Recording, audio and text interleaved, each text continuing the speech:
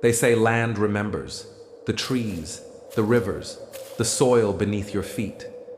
In one quiet village across the Crimson River, something was buried long ago. Not just bones, but secrets. This is not a legend, not folklore. These are the stories whispered between breaths, in kitchens and courtyards, when the wind howls at night. Welcome to Ghosts from the East, and tonight we begin with a tale they call The Cursed Land of My Hometown. Part 1. Don't blink, and don't look behind you. My hometown is North Willow Village, lying just across the Crimson River, beneath the foot of Iron Bridge. My grandmother had 4 children. My mother was the eldest, followed by Uncle Dean, then Uncle Carl, and finally Aunt Tara. In 1986, Uncle Dean had his first child, a girl named Lena. That same year, my grandmother brought home 2 dogs from a nearby breeder. She named them Tim and Meek. She adored animals. She used to say Lena, Tim, and Meek were born the same year, like siblings. And so the 2 dogs grew up beside her until the year 2001, the year Lena turned 15. Tim was especially intelligent. He would roam around the yard or watch over the chickens for Uncle Dean. People said old dogs become wiser. If Uncle Dean asked for a basket from the kitchen, Tim would shuffle inside and bring it back with his teeth. Mick, on the other hand, was different. He growled low and liked to stay alone. He didn't bark often, but he was fiercely protective. For some reason, no cats or dogs from other homes ever dared step into our garden. My grandmother and Uncle Dean were proud of them. That year, the river rose higher than usual. One evening, Tim didn't return for dinner.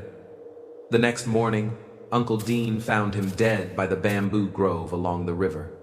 He carried the body home and buried it beneath a banana tree in the yard. My grandmother was devastated. She didn't speak the entire morning.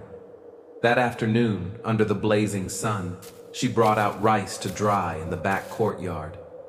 Suddenly, she heard it. Thud, thud. The sound of a wooden cane tapping against the ground. Slow, steady. From the back of the yard, thinking someone had arrived, she went to fetch her conical hat. But when she stepped outside again, Did Dean come help me? there, behind the banana tree, Mick was walking upright, on 2 legs, wearing her conical hat, holding a wooden cane between his front paws. He took slow, careful steps toward the gate.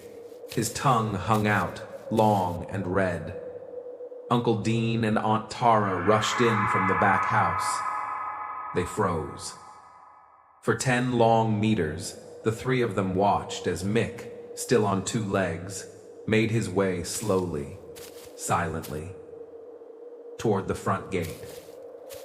Just before Mick reached it, Uncle Dean snapped out of his trance and gave chase.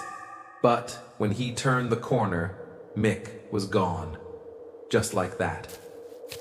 My grandmother finally snapped out of it. She ran into the house trembling and lit incense at the family altar. The 3 of them, her, Uncle Dean, and Aunt Tara, stood pale as ghosts. Later that evening, when they told the neighbors, no one believed them. Some said they must have been seeing things, just a shared illusion. That night, a storm rolled in. The rain came hard. Our house sat close to the river, and back in 2001, there were no flood barriers. The water pushed in deep enough that you could hear it. Slap, slosh, slop. Sounds of the river breathing. The next morning, Uncle Dean went out to the yard. The spot where they had buried Tim was dug up. The ground was soaked and torn. The body gone.